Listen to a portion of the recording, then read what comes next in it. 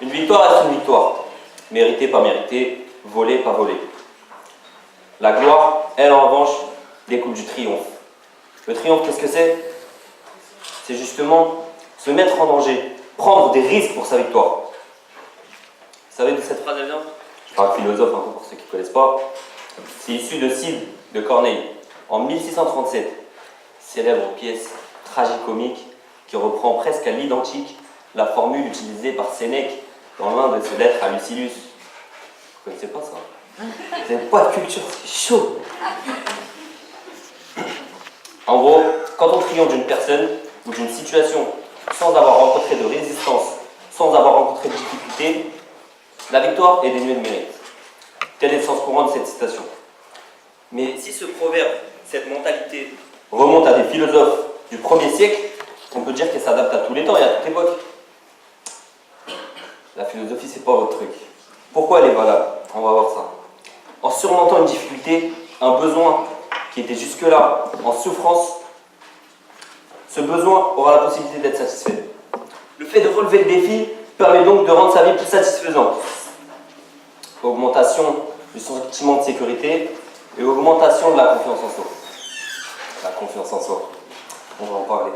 On va prendre l'exemple de la conquête féminine ou masculine, sinon Madame Longueuil va s'énerver là. Je vous vois là, tous les mecs à meufs là, au fond là. Cette fameuse gloire, elle peut se trouver dans le triomphe d'une conquête amoureuse. Vous cherchez la difficulté, une femme qui vous éprouve, qui vous fait galérer pour que vous trouviez la satisfaction à cette conquête.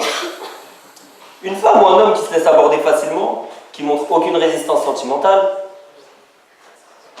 qui se laisse prendre dans le jeu de la personne qui drague, ça procurera pas justement cette gloire au dragueur.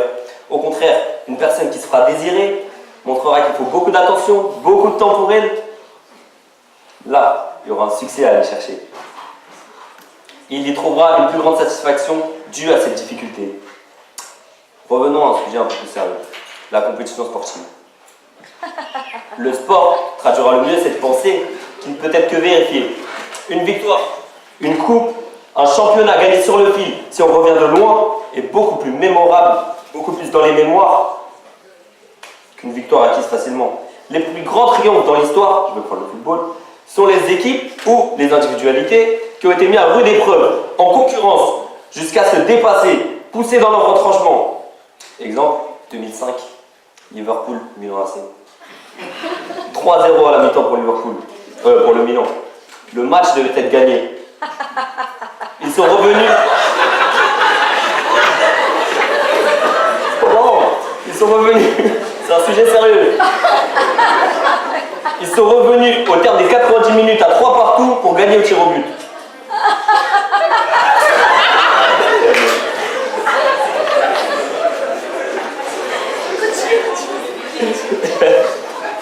Barcelone 99, Manchester United, Bayern Munich. 1-0 à la 90e minute. Le Bayern avait gagné. Non, 2 coups de pied arrêtés, 2 corners. Manchester United remporte 2-1. Les 2 finales les plus mémorables de ces 20 dernières années. Nous devons passer par là.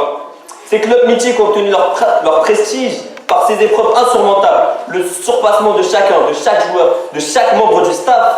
C'est ça le péril. C'est ça pour obtenir la gloire, pour être dans les têtes les plus mémorables. C'est ça. C'est autant... C'est autant valable pour les individualités. La gloire de Cristiano Ronaldo et Messi. 5 ballons d'or chacun, les 2 plus grands joueurs de l'histoire du football. Leur volonté d'en faire plus, ils se surpassent mutuellement. Cette concurrence les aide à surmonter, à augmenter leur niveau. Et ils ne seraient sûrement jamais arrivés à ce niveau sans cette concurrence mutuelle. Et par la suite, n'auraient pas connu aussi grande gloire. La gloire, comme on l'a vu, c'est la grande renommée répandue dans un très vaste public. Ce qu'on a dit précédemment.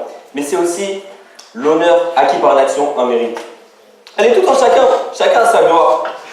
Moi, par exemple, je vais mettre de côté de l'argent, je vais ouvrir mon entreprise et ça va réussir. J'aurais galéré pendant 5, 6, 7 ans, mais à la fin, j'aurai ma gloire. Les chicheurs, en groupe de 4-5 là. Celui qui fait la chicha, il prépare il met trop, il met le goût, il met l'eau. À la fin, il a sa gloire. Ouais, c'est moi, je prépare la chicha. La gloire, ce n'est pas seulement la célébrité. On peut trouver une gloire personnelle dans la réalisation d'un objectif personnel, pour lequel on devra fournir beaucoup d'efforts, et donc se mettre en péril, prendre des risques. Au-delà de mon avis que je vous fais part, vous savez, j'aime beaucoup citer les auteurs, et là, je vais citer un auteur qui me tient à cœur, le plus célèbre auteur français contemporain qui portera ma voix, B2OBA. Je courais comme un esclave pour marcher comme un roi.